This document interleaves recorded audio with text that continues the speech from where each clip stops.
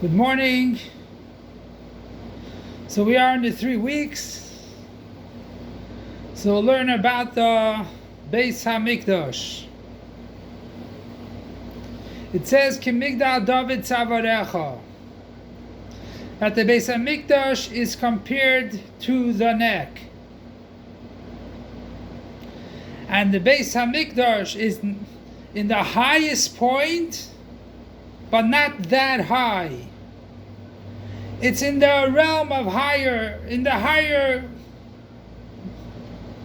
stage.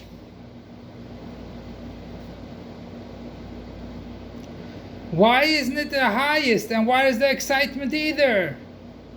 That's not the highest place. Now, if it was in the highest place, like it says a shul has to be built on the tallest, is one thing. Here, why do you compare it to a tzavar, a neck, and not the highest place?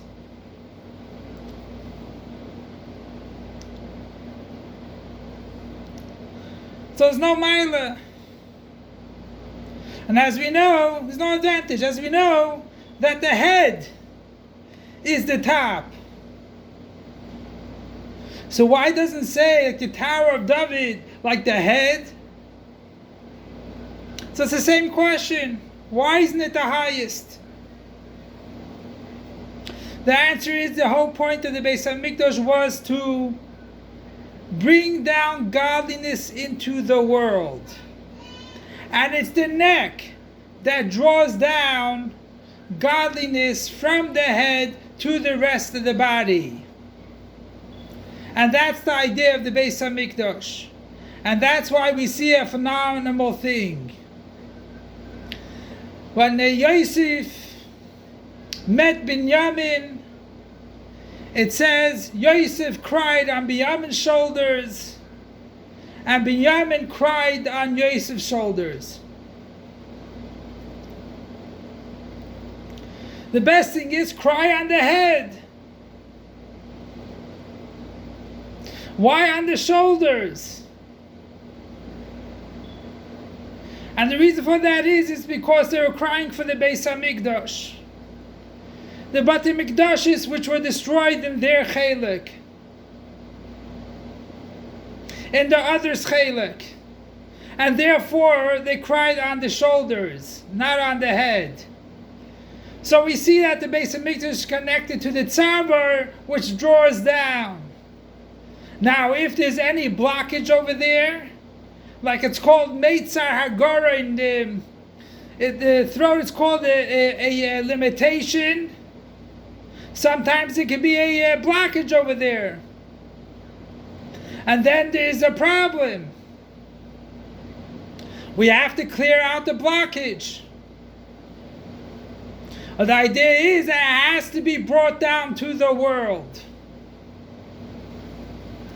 The head is way above the world. Someone that is philosophical, he can go above the world. He removes himself from the world. The heart alone can have wild desires and go out of the ballpark. Therefore, you need to draw down from the head to the rest of the body, and that's the idea of a tzavar, a neck. So why do they have to cry on the other's shoulders, on their destruction? Because the idea is that it has to bring you to a state of crying, a state of caring for the other. And that's why you do as much as you can and afterwards you start to cry. Because if everything was taken care of, why isn't he taken care of yet? So you start to cry. But on your own, for your own troubles, crying does not help. Crying will not get you anywhere. Sure, you cry when it hurts. Sure, you cry when you do tshuva. That is a good crying. But if you want to accomplish something, you're not going to accomplish anything by crying. In actuality, you're not going to be able to fix up a situation by crying. For your own, you have to work and accomplish what you have to accomplish. Crying is not going to help. But on the others, you cry.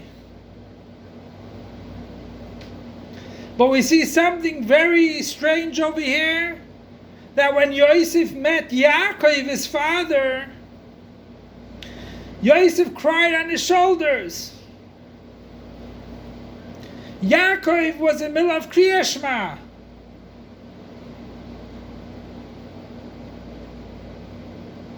How can you lay in Kriya Shema when someone is right there and someone you never saw before, that the simcha won't awaken you a simcha and stop your Kriya Shema? And as we know, that there was a mashpia in Russia, in the Yeshivas Temchei Tmimim, that a bacher needed shoes. His shoes were ripped, had holes on the bottom, and he can't walk.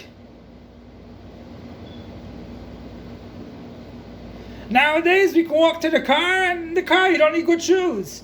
But then everything was walking. So they came up to the mashpia. He was in the middle of saying the first pasuk of Shema, and they told him that this bacher needs money for shoes. He took out money and he gave it to him. Because a bacher's shoes is Yichud Ilah.